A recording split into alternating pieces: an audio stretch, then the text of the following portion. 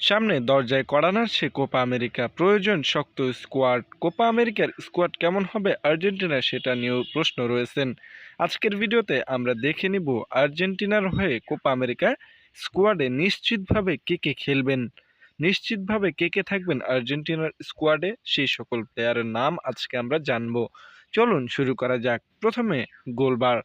গোলবারের নিচে আপনারা দেখতে পারবেন ইমিলিয়ানো মার্টিনেজ, ফ্রান্কো আরমানি, এছাড়াও থাকবেন ওয়াল্টার ব্যানিটেজ। এরা তিনজনই গোলকিপার হিসেবে থাকবেন।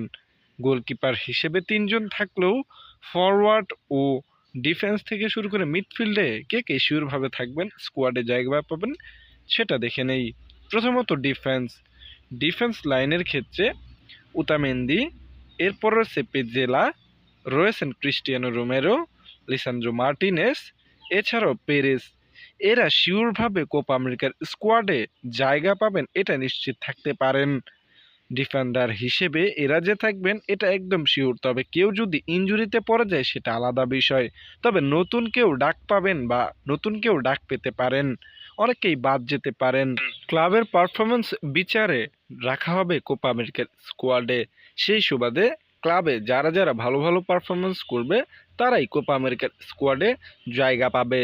চলুন এবার আমরা মিডফিল্ড দেখে নেই কেমন সাজাতে পারেন বা কে কে শিওরভাবে আর্জেন্টিনার হয়ে কোপা আমেরিকা খেলতে পারবেন 2024 সালে। প্রথমত থাকবেন পারদেস। পারদেস অবশ্যই থাকবে। রোমাতে খেলা এই মিডফিল্ডার অবশ্যই আর্জেন্টিনার হয়ে কোপা আমেরিকার স্কোয়াডে জায়গা পাবে। এরপর রয়েছে আতলেতিকো মাদ্রিদে খেলা রদ্রিগো ডিপল।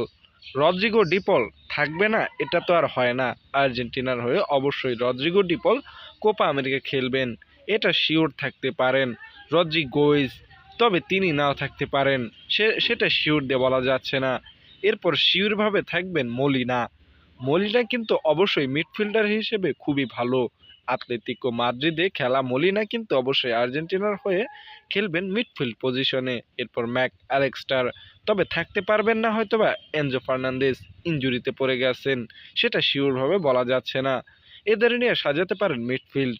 ফরওয়ার্ড হিসেবে দিবালা, মেসি সহ লাউতারো মার্টিনেস, অ্যাঞ্জেল ডিমারিয়া, এছাড়াও থাকবেন জুলিয়ান আলভারেজ, গার্নাঞ্চো।